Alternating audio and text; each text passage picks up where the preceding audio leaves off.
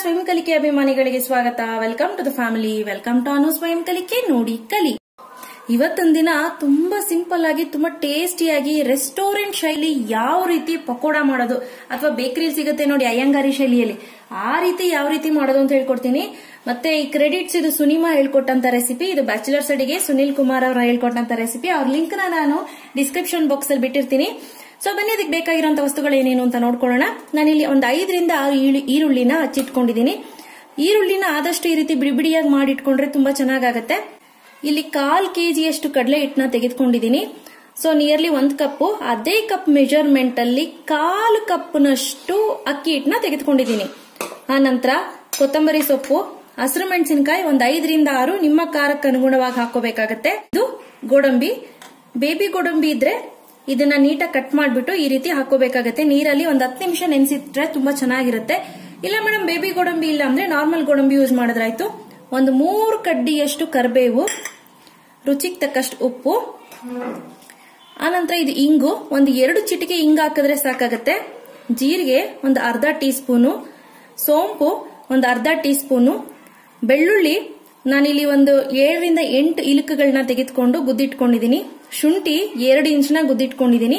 ಮಾಡೋ ವಿಧಾನ ನೋಡ್ಕೊಳ್ಳೋಣ. ಮೊದಲನೇದಾಗಿ ಒಂದು ಬೌಲ್ ತೆಗೆದುಕೊಂಡು ಆ ಪಾತ್ರೆಗೆ ಈರುಳ್ಳಿ ಹಾಕೊಳ್ಳೋಣ.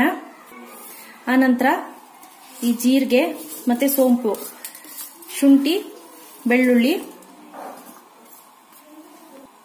ಆನಂತರ ಈ ಹಸಿರು ಮೆಣಸಿನಕಾಯಿ, ಕೊತ್ತಂಬರಿ ಸೊಪ್ಪು, ಆನಂತರ ಈ ಗೋಡಂಬಿನ ಹಾಕೊಳ್ತಾ ಇದ್ದೀನಿ. ನೆನ್ಸಿಟ್ಟಿರುವಂತ ಗೋಡಂಬಿ ನೆಂಟಿನಲ್ಲಿರ್ಲಿ, ಇದ್ರ ನೀರ್ನ ಯಾವುದೇ ಕಾರಣಕ್ಕೂ ನೀವು ಹಾಕ್ಲಿಕ್ಕೆ ಹೋಗ್ಬೇಡಿ.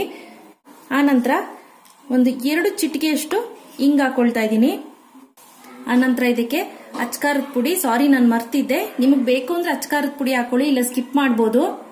ನಿಮ್ಮ ರುಚಿಗೆ ಅನುಸಾರವಾಗಿ ಉಪ್ಪು, ಆನಂತರ ಈ ಕರ್ಬೇವು, ಇದೆಲ್ಲವನ್ನು ಹಾಕೊಂಡು ಚೆನ್ನಾಗಿ ಇದನ್ನ ಕಿವುಚ್ಕೋಬೇಕಾಗತ್ತೆ. ಈರುಳ್ಳಿ ಒಂದೊಂದು ಉದುರುದ್ರಾಗಿ ಆಗ್ಬೇಕು, ಅಷ್ಟ್ರ ಮಟ್ಟಿಗೆ ಚೆನ್ನಾಗಿ ಇದನ್ನ ಕಿವುಚ್ಕೊಳ್ಳಿ.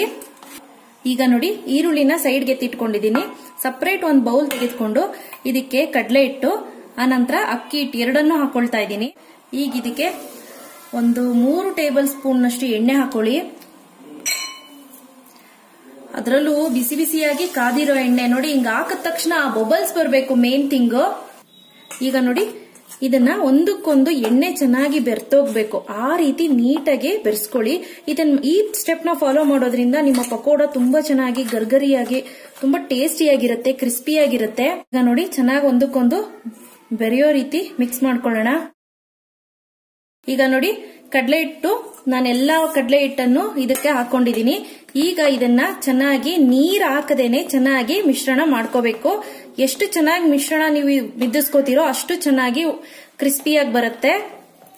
ಮೇನ್ ಥಿಂಗ್ ಏನಪ್ಪಾ ಅಂದ್ರೆ ಈರುಳ್ಳಿಯಲ್ಲೇ ನೀರಿನ ಅಂಶ ಇರೋದ್ರಿಂದ ಅದೇ ನೀರ್ ಬಿಟ್ಕೊಳತ್ತೆ. ಈಗ ನೋಡಿ ನೀವು ಇದನ್ನ ಒಂದು 10-15 ನಿಮಿಷ ನೆನ್ಸಿಡ್ತೀನಿ ಅಂತಂದ್ರೆ ಇದರಲ್ಲಿರುವಂತಹ ತೇವಾಂಶನೇ ಬಿಟ್ಕೊಳತ್ತೆ. ಇಲ್ಲ ಮೇಡಮ್ ನಾನು ಅರ್ಜೆಂಟ್ ಅಲ್ಲಿ ಮಾಡಬೇಕು ಅನ್ನೋದಾದ್ರೆ ಸ್ವಲ್ಪ ನೀರನ್ನ ಚುಮ್ಕಿಸ್ಕೊಂಡು ನಿಯರ್ಲಿ ಒಂದು 2 ಟೇಬಲ್ ಸ್ಪೂನ್ ಅಷ್ಟು ನೀರ್ ಹಾಕೊಂಡ್ರೆ ಸಾಕಾಗುತ್ತೆ. ಈಗ ಇದನ್ನ ಚೆನ್ನಾಗಿ ಒಂದಕ್ಕೊಂದು ಒಂದೋ ರೀತಿ ಮಿದ್ದಿಸ್ಕೊಳ್ಳೋಣ.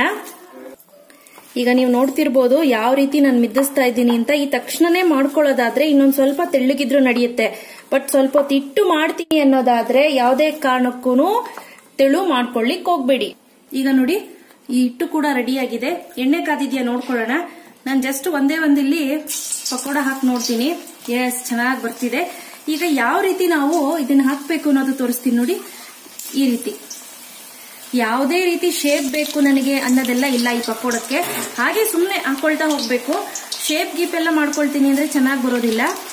ಆದಷ್ಟು ಪಕೋಡ ಹಾಕಿದಾಗ ಎಣ್ಣೆ ಫುಲ್ ಕಂಪ್ಲೀಟ್ ಆಗಿ ಮುಳುಗಿರ್ಬೇಕು.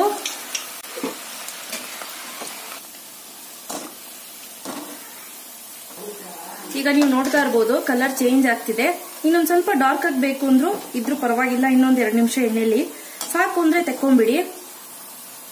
ನೋಡಿ ಈಗ ಇದು ರೈಟ್ ಕನ್ಸಿಸ್ಟೆನ್ಸಿ.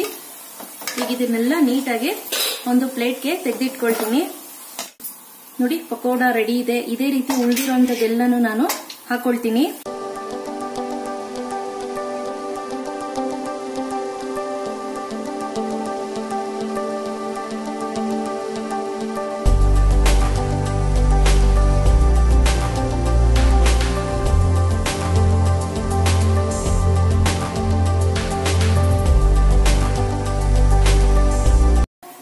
ಈಗ ನೀವು ನೋಡ್ತಾ ಇರ್ಬೋದು ಪಕೋಡ ರೆಡಿ ಇದೆ. ತುಂಬಾ ಚೆನ್ನಾಗಿರುತ್ತೆ, ಟೇಸ್ಟಿಯಾಗಿರುತ್ತೆ. ಎಸ್ಪೆಷಲಿ ಸೋಂಪು ಹಾಕಿರೋದ್ರಿಂದ ಅಂತೂ ತುಂಬಾ ಒಳ್ಳೆ ಟೇಸ್ಟ್ ಕೊಡುತ್ತೆ ಇದು. ಸೊ ನೋಡಿದ್ರಿ ಇಲ್ವಾ, ತುಂಬಾ ಕ್ರಿಸ್ಪಿಯಾಗಿ ತುಂಬಾ ರುಚಿಯಾಗಿ ಮಾಡಿದಂತಹ ಈಸಿಯಾಗಿರುವಂತಹ ಪಕೋಡ.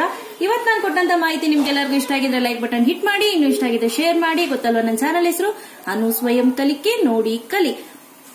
ಮತ್ತಷ್ಟು ಈಸಿ ಹಾಗೂ ಇಂಟ್ರೆಸ್ಟಿಂಗ್ ವಿಡಿಯೋ ಒಂದಿಗೆ ಮುಂದಿನ ಸಂಚಿಕೆಯಲ್ಲಿ ಭೇಟಿ ಆಗ್ತೀನಿ. Till then take care, bye. Thanks for watching.